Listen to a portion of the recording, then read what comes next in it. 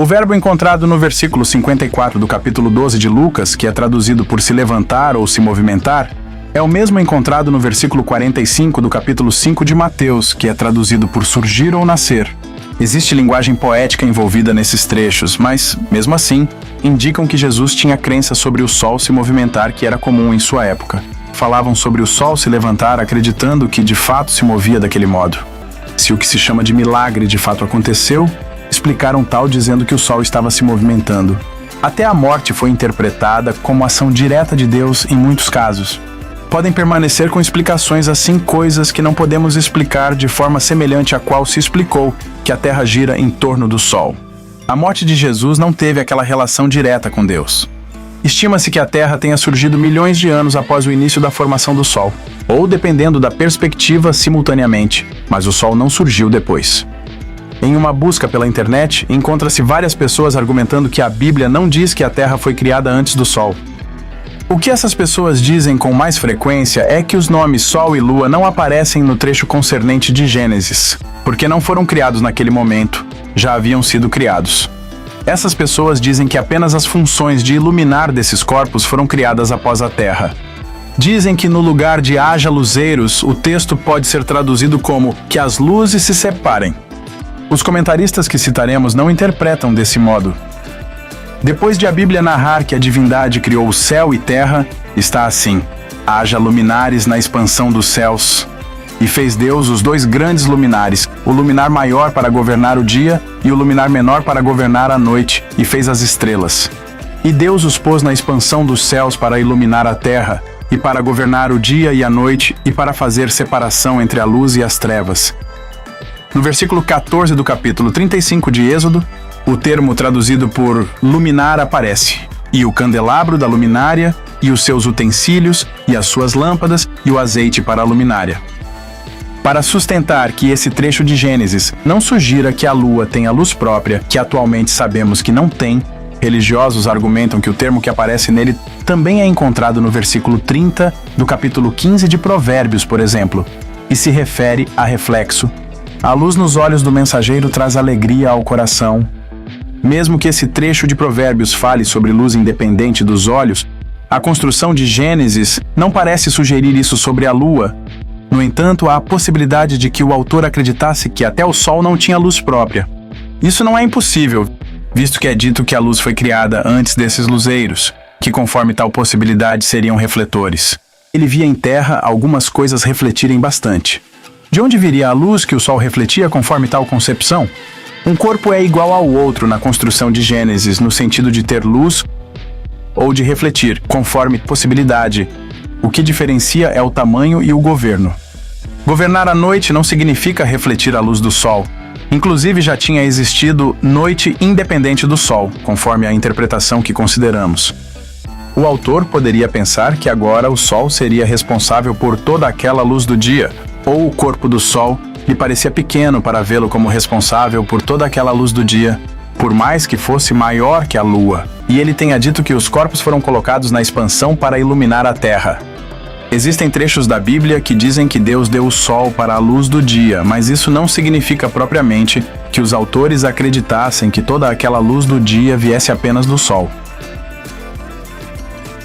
Russell Champlin diz o seguinte: antes do sol, dia e noite já existiam e tinham suas respectivas funções. Agora aparecia o sol, que dava prosseguimento a essa função. Todavia, não há sugestão de que o sol viera substituir a luz primeva. A questão fica sem explicação. Talvez o autor tenha querido expressar que os corpos faziam separação entre luz independente do sol e trevas. Ele pode ter dito no sentido de marcar os dias, como havia dito anteriormente. Um eclipse, por exemplo, poderia contribuir para se pensar que o sol era responsável por toda aquela luz do dia, mas as interpretações do eclipse eram diversas. Amós pode ter recebido influência da ocorrência de um eclipse ao dizer que em uma ocasião a divindade faria com que o sol se pusesse ao meio-dia e a terra se entenebrecesse no dia claro. Parece mais provável que o texto de Gênesis sugira algo diferente do texto de Provérbios. Parece mesmo que sugere que a lua também tinha uma luz que atualmente sabemos que não possui.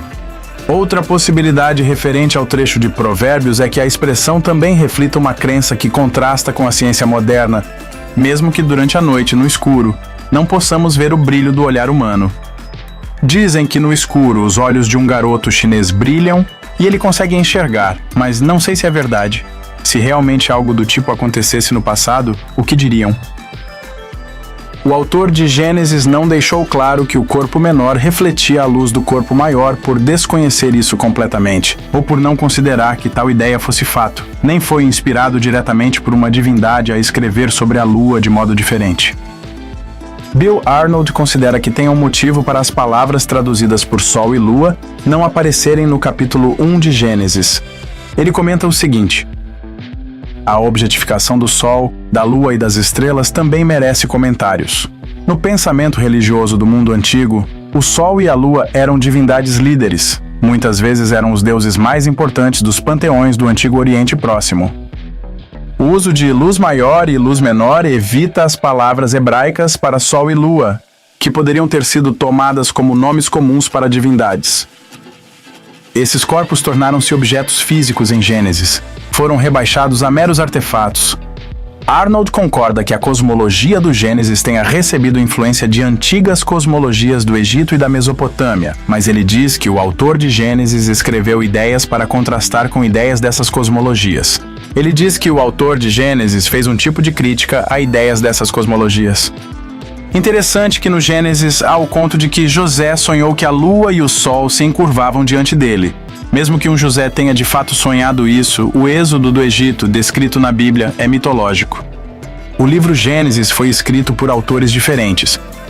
Arnold diz o seguinte sobre a cosmologia do Gênesis: o autor do Gênesis traz em sua cosmologia ideias superiores a ideias de cosmologias anteriores, mas ainda assim é bastante diferente da nossa compreensão científica contemporânea. Esta cosmologia antiga, que os israelitas partilhavam em vários aspectos com os seus vizinhos, incluía uma terra plana em forma de disco, com montanhas em suas extremidades, sustentando um céu de múltiplas camadas, ou firmamento abobadado. Embora o Gênesis não diga explicitamente que a terra é plana, em outros trechos da Bíblia, autores transmitiram tal noção de modo mais claro, envolto em linguagem poética ou não, porque era a crença comum deles. Os comentaristas cristãos que estamos trazendo reconhecem isso, mas consideram que isso não seja o foco da Bíblia. Russell Champlin comenta sobre o versículo 6 do Salmo 136. Uma terra plana era concebida como se flutuasse sobre os abismos de água. Por baixo desses abismos haveria colunas. O propósito do poeta sagrado não foi o de nos instruir sobre essa cosmologia. Expressei meu pensamento sobre essa consideração desses comentaristas cristãos de que o foco da Bíblia não é esse, e sobre inspiração direta de Deus no vídeo sobre John Walton, e algo referente no começo deste vídeo. Arnold continua: o Sol, a Lua e as estrelas se cruzavam nesta cúpula em padrões regulares e previsíveis. Além disso, a cúpula possuía câmaras pelas quais a água acima dela descia como chuva, e também havia água ao redor de tudo, compondo os mares cósmicos, detalhes da narrativa do dilúvio. A mesma consideração é apresentada por Champlin. Sobre o disco da Terra plana, ele diz para ver em Jó 26:10 que está assim: marcou um limite sobre a superfície das águas em redor, até aos confins da luz e das trevas. Embora Victor Stenger seja um físico e não um especialista em comentário bíblico, também traremos algo que ele disse sobre o trecho que estamos apresentando. Seguindo a história em Gênesis, a Terra é criada no primeiro dia. 4 dias depois, Deus cria o Sol, Lua e estrelas.